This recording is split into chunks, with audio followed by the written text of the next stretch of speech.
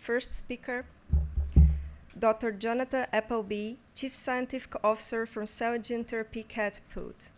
Previously, he worked for GSK Rare Disease Unity, where he led the team that developed and launched Streamvalis, the multi-award-winning and first autologous stem cell gene therapy to be approved for commercial use. Dr. Appleby graduated from the University of Leeds with an honors degree in genetics and a PhD for the Department of Biochemistry and Molecular Biology. Now let me welcome you, Dr. Appleby, with the presentation titled UK Innovation Strategies to Lead in Cell and Gene Therapy.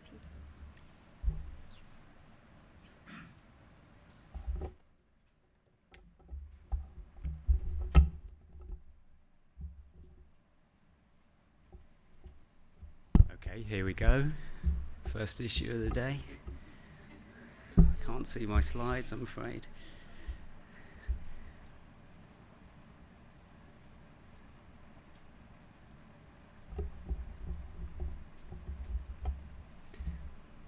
It worked a few minutes ago, I can assure you.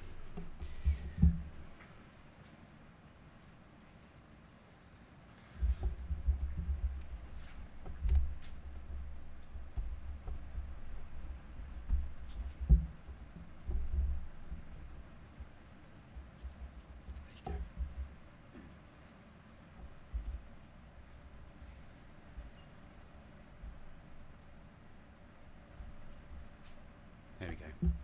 Great. Thank you very much to the organisers, and thank you, Jung Soo, for that kind endorsement of the UK as an excellent centre for innovation, particularly in cell and gene therapy.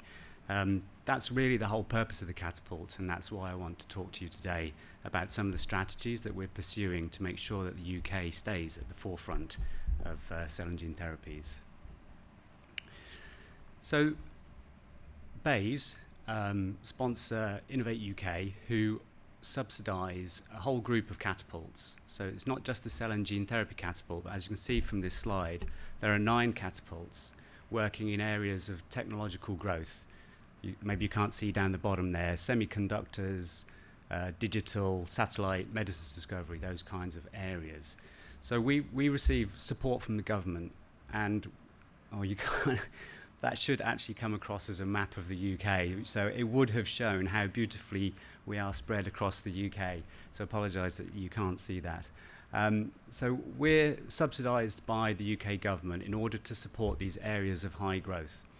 Importantly, though, we're not for profit, which means we can take that UK investment from the government, invest that in our own capabilities, and then collaborate, which is the purpose of this session, collaborate with other like-minded therapy developers or technology developers in the UK to help their innovations come through to the marketplace. The Catapult, the Cell and Gene Therapy Catapult, was the first catapult to be founded in 2018, and literally there was nothing at that time. And since then, just as there has been in the field, the Cell and Gene Therapy Catapult has expanded enormously, so that we now have effectively 4 sites. The most recent addition on the right-hand side is Edinburgh. There's a very interesting, very dynamic cell therapy environment growing up around Edinburgh, and we wanted to be part of that. So we've opened an office under the auspices of Dr. Jacqueline Barry, our Chief Clinical Officer, and she runs the adoption group who look after medical affairs, health economics, market access, clinical and non-clinical, and regulatory. But we're also going to open a laboratory to support some innovations in the stem cell space as well, because that's what's really happening in the Edinburgh environment. As a result of the COVID pandemic, we also became involved with the Vaccines Task Force and acquired the Braintree site. At the time of acquisition, that was an animal vaccines manufacturing plant, but in order to produce a more robust supply chain for vaccines in the UK, the Vaccines Task Force asked us to convert that over for clinical use, and that's what we've been doing. Now, thankfully, we're all here today as a result of the great support that industry's given to vaccines development, so most likely, and fingers crossed, we're not going to need to manufacture vaccine in there. So we're in the process now of converting that over to ATMP manufacturing capability, and we're leading with AAV manufacturing capability there right now.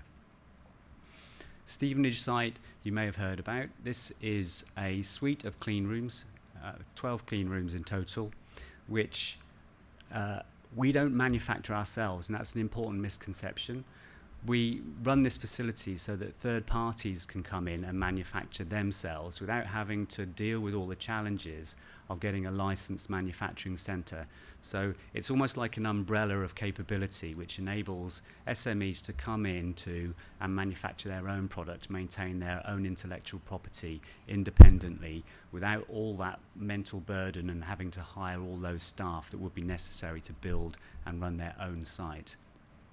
And finally, the London hub, which is where the Technology and Process Innovation Group is based. That's where I work. That's the entrance that you can see there. The actual laboratories are in the building in the background.